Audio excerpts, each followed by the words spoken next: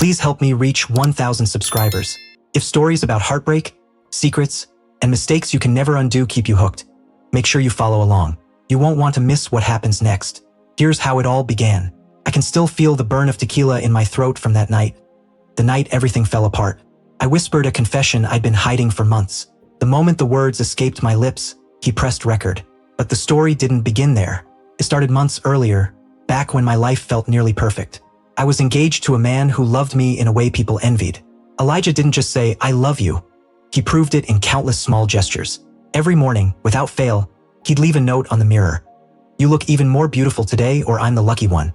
After 4 years together, he proposed at the pier where we first kissed. Quiet, simple, flawless, just like him. I was buried in wedding planning, debating napkin colors, arguing with my mom about relatives I barely liked, pretending not to be stressed. Then my best friend, Clara, invited me on her bachelorette trip to Miami. I knew I should have stayed home. I really did.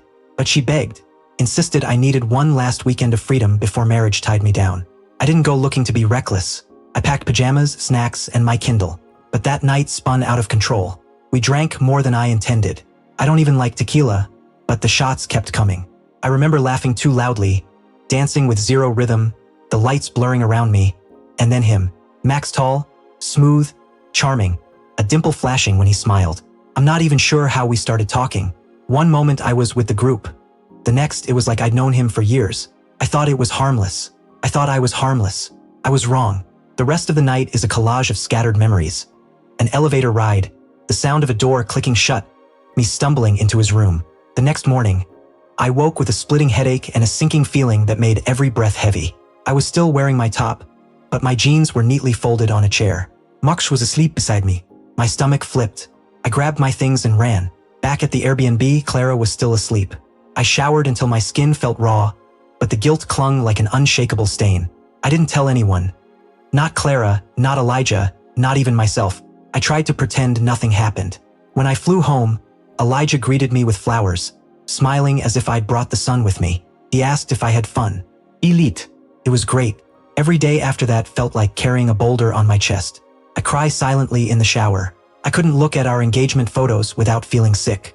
Elijah noticed my distance but was patient, assuming wedding stress weighed on me. Then came the night everything shattered.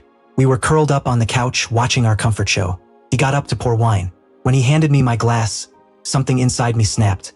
I broke down, shaking, crying. He held me tight, terrified, whispering, "What's wrong? What's happening?" And I said the words that ruined us. "I made a mistake." He froze. What kind of mistake? I couldn't meet his eyes. I was drunk in Miami. I didn't mean for anything to happen. I barely remembered the night, but I think I slept with someone. Silence swallowed the room. He finally said, "Say it again. Tell me what you did." "I cheated on you," I whispered. He reached for his phone, pressed a button, and stopped the recording. My jaw dropped. "You recorded me? You needed to say it, and I needed proof," he said quietly. "Not for me, for what comes next." "Elijah, why? Please." "No." He cut in, voice breaking. "Do you even understand what you've done to me? I trusted you with everything." I reached for him, panicked, and he stepped back like I was fire. Then he said words that made my world tilt. I already knew.